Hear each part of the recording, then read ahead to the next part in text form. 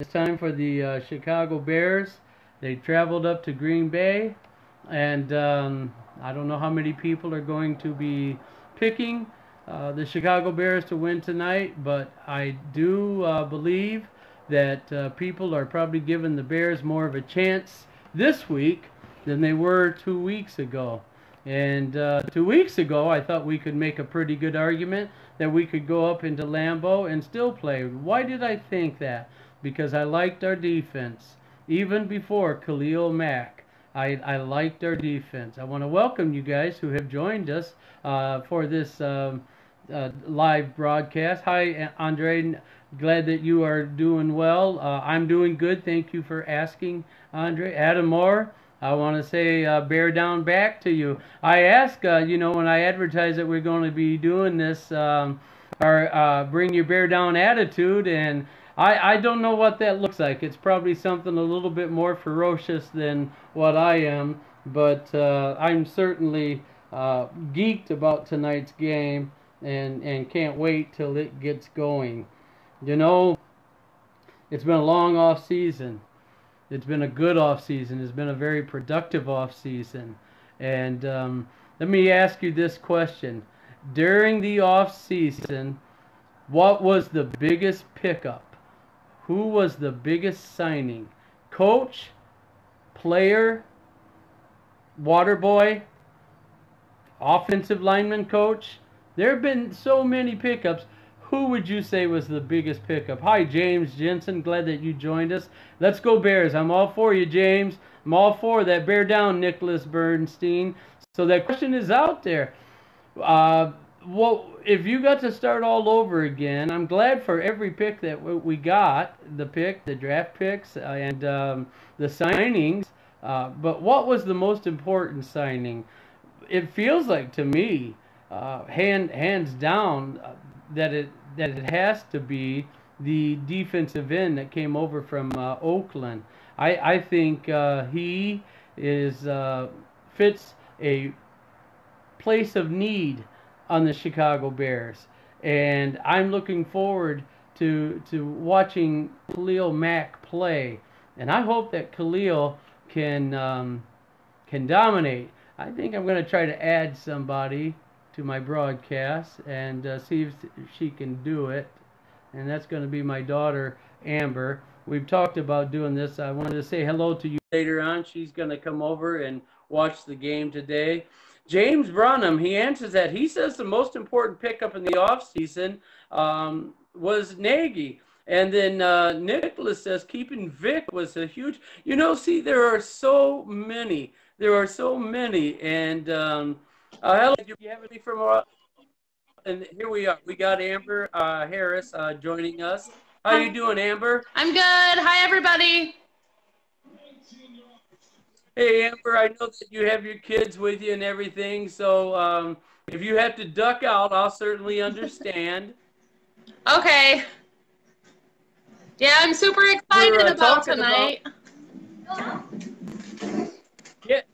Yeah, very excited. We're talking about who was the biggest or the best pickup.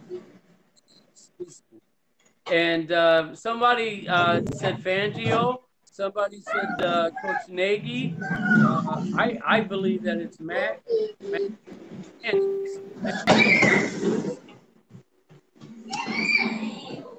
I don't know. Sorry. So,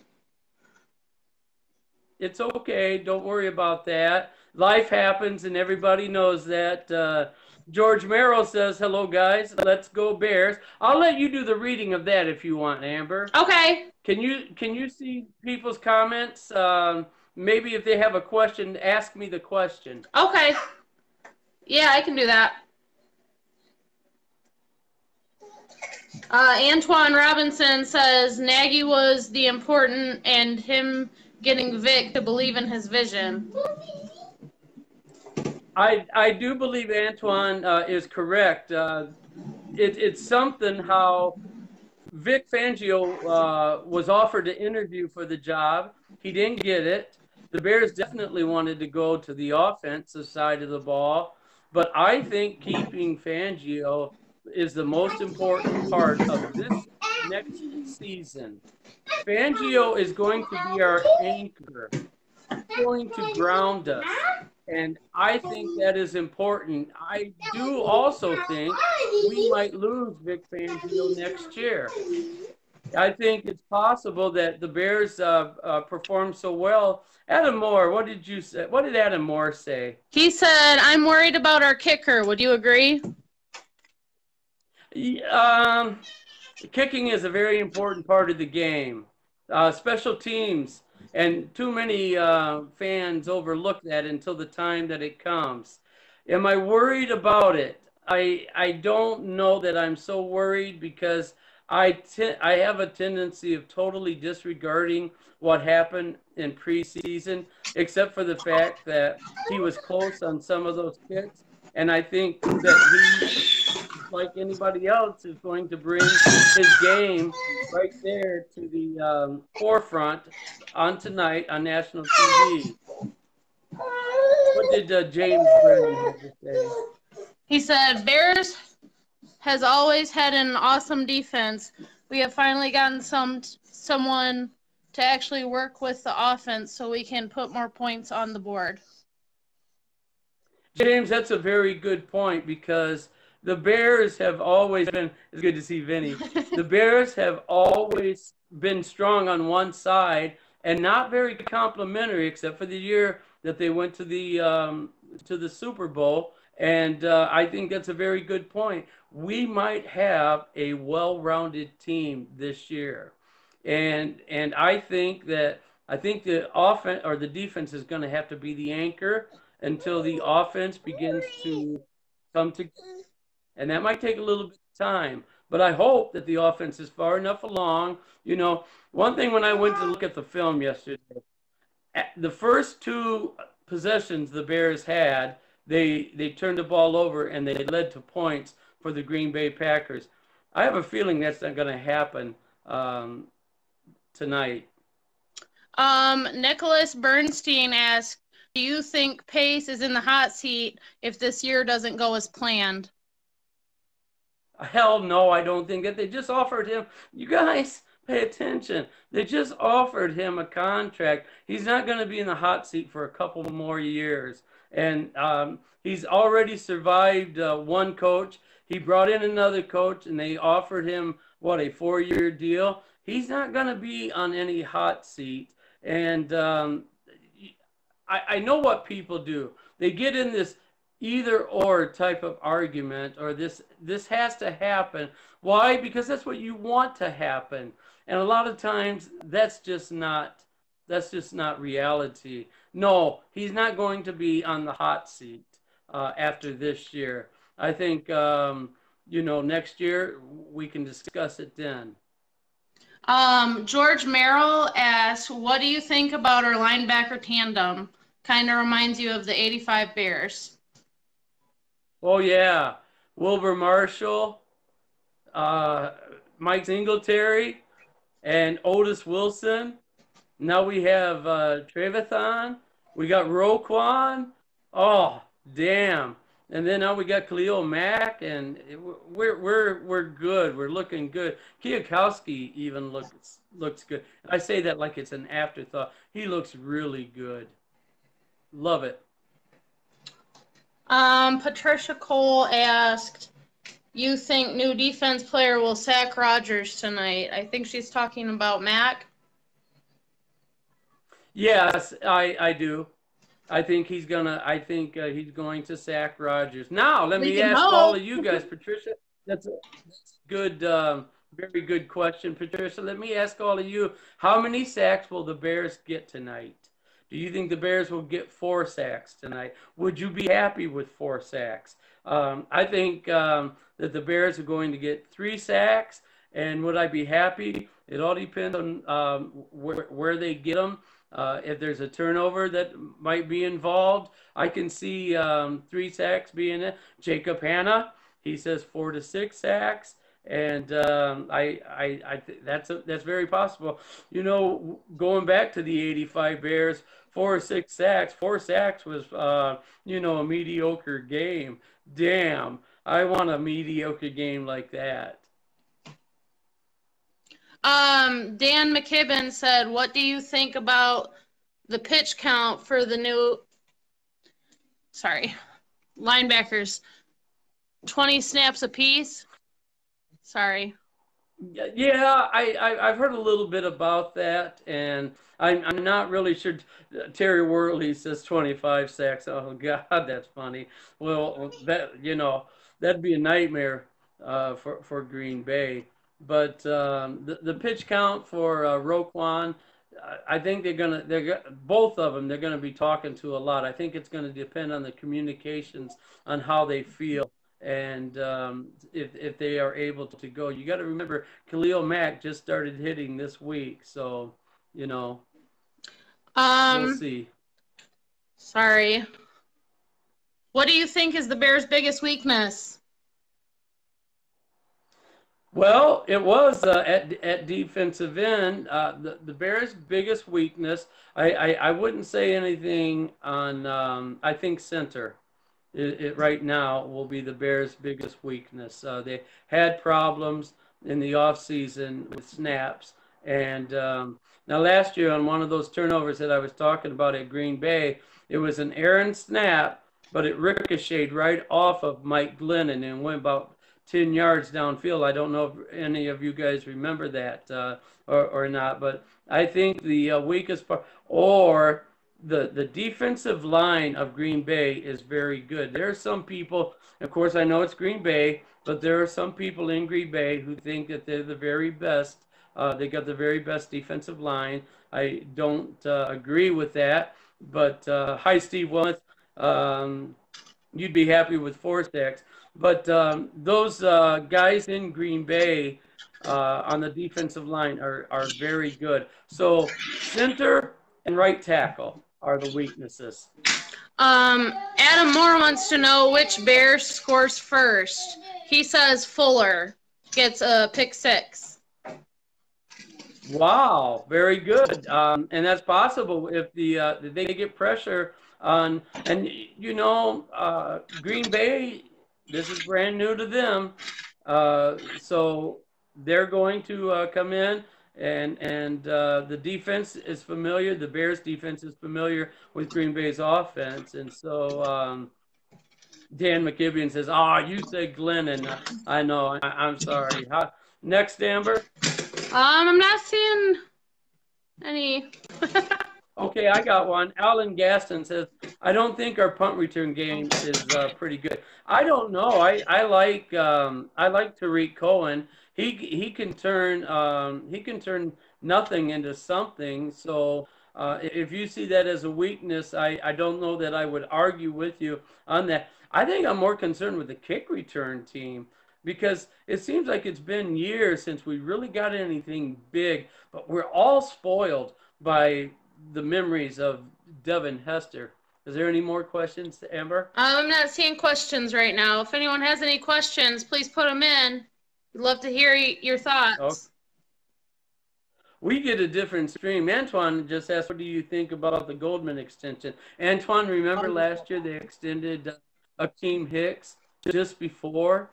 They extended him just before the season started, and he came out motivated, didn't he? I'm hoping the same thing. Goldman's the unsung hero on that defensive line, and I think with Khalil Mack in there, we've got 3 guys now that if they demand double team, 3 guys I think that could demand double team: Khalil Mack, Akeem Hicks, and Floyd.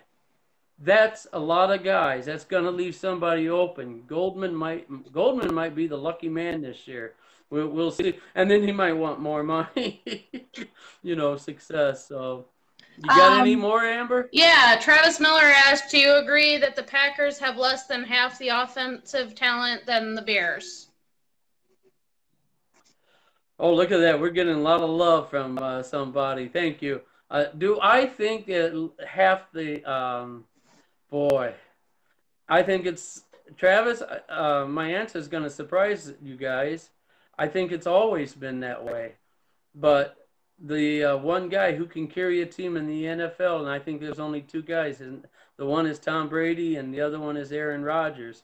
Aaron Rodgers, I have seen have shit around him. They never had a running game. They've had some pretty good pass receivers. So even if that be true, Travis, I think he elevates. I think he elevates it to where you know we're still going to have to bring our A game in order to beat them. We're going into a hostile environment, and let's look at it from the Chicago or from the Green Bay Packer fans' perspective. You know what? They have been hearing about Chicago Bears all year long. We ended up getting people that they wanted. They wanted Vic Fangio. We got him. They wanted Kyle Fuller. We got him. They wanted Khalil Mack. We got him. You think those people up north are going to not be stoked about this game? And I'm going to tell you, if we don't win this game, Bear fans, pay attention because Monday's not going to be very pleasant for you, I don't think. Right. Amber? Jason Flynn asked, do you think Mack is going to make a difference in tonight's game? Absolutely. Even if he doesn't get a sack, I think he's going to make a difference because he is going to command attention. And we had McPhee there last year, and McPhee was pretty well hobbled. McPhee was an animal. I liked McPhee. There was a time that McPhee would have been a hero in Chicago Bear country because he hobbled and played on bad knees, but he gave it his all. But he did not demand a double team. If Khalil Mack does not get to the quarterback, he is going to be demanding attention, and that's just going to help Akeem Hicks. I look for Akeem to have a good game. James Branham said, what about our time management on offense, as in producing more first downs to keep our defense fresh?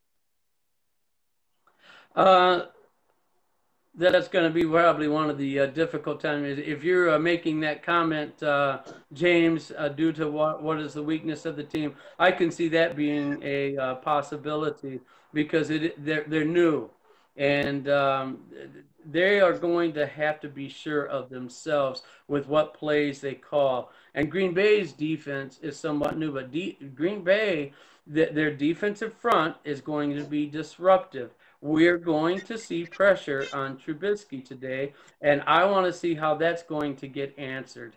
Because he's going to get pressured. It's a good defensive line. They had somebody who was injured all year last year, and he's back, and he was one of their very best defensive linemen. They're going to get after us. So the timing should be a concern for all Bear fans, I think.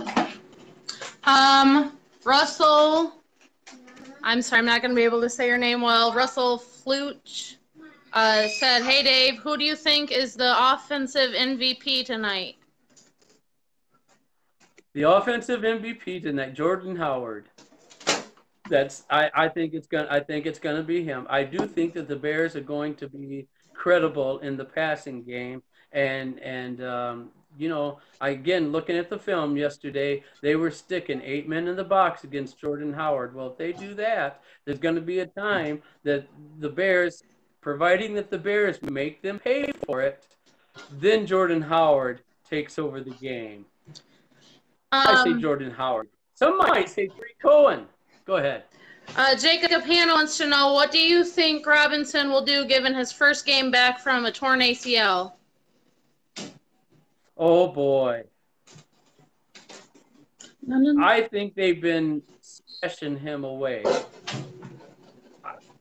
It's going to be probably 90% tonight. And I hope to see him to be able – now, where the Packers are weak at is in the secondary. They have rookies. And I'm hoping to see – I think the one guy that – could be the offensive player of the game also could be Trey Burton. But Allen Robinson, if he gets into the red zone, they're not going to be able to stop him. I hope Allen's back. That's a good question, and it's a question in my mind also. Dan McKibben wants to know, are you worried about Jimmy Graham getting open over the middle?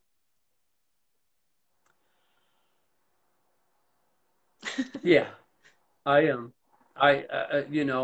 There's a lot of concerns. You guys are calling good. You guys are calling good questions here, and you're making a great broadcast because Dan, I think Jimmy Graham isn't going to be the Jimmy Graham under Russell Wilson. It's a different offense. He's going to be the kind of guy that might benefit from Aaron Rodgers, and we do have linebackers with speed, but one of them's young. Who's going to be on Jimmy Graham, or will it be Amos that will be taking him? So I'm just not sure. Amber, I want to thank you for joining me, and I know that you have a lot to get done, so I'm going to go ahead and let you go and Oh, thanks. give those babies. I know they've been sick, so you were a great help. But thank you very much. If All right. somebody else wants to come online, let me know right here, and I'll read it. So go ahead and say bye, Amber, if you'd like. All right. Bye, everybody. Bear down. I don't know how to get out. It's nice. That's how to get out of that. Yeah, I don't know how to sign out. I think you hit. Oh, I don't know. I'm not sure. Turn your phone off. Right. Oh. A little technical difficulty. Or put a Oh, blanket yeah, here over it is. or- Sorry. All right. Bye, everybody. Bye-bye. We live and learn. Travis says, "Oh, I miss Travis's. Let me see if I can get it back." It's nice having it. It's really nice to have other people that are on here. Do you think the run play action plays to keep Green Bay's defense throws off a little? Yeah, I do think so. I think Jonathan Isaac says, "Will Mitch be able to sling the rock around enough to all those weapons this year?" I look for Mitch to target Trey Burton a lot, and I've gone over that before. The reason why is because Trey understands the offense better than anybody. Mitch knows that. Mitch has a comfort zone with the two times that they have played together. Mitch definitely targeted Trey Burton quite a bit, and I think Green Bay knows that too. So it's going to be important. The one guy that Mitch might really be comfortable with could be Tariq Cohen because he played with Tariq last year. And he's going to know. Although, remember, he got pissed at Tariq because he cut off a route, and Mitch threw an interception because of that. But, that's where you learn. You want those mistakes to happen in preseason and not now. Hello, Patricia Cole. Hi from Delphi, Indiana. Glad that you're with us. Ellen Gaston, we're glad you're with us. What assets does the Bears have to trade out before the trade deadline? I'm not quite sure. They have a lot of assets right now. I mean, I know that they have a lot of assets, but do you want to deplete yourself? I don't think. I think I'd go with this team. Trade deadlines is not as big in football as it is in baseball or basketball, but they do happen on occasion. They're just not that big because general managers have a tendency of fielding their teams through the draft, and usually they're going to go with their players before they do. So I don't look for a trade. We'll see, though. Jonathan Isaac, love to see Cohen on a few bubble screens.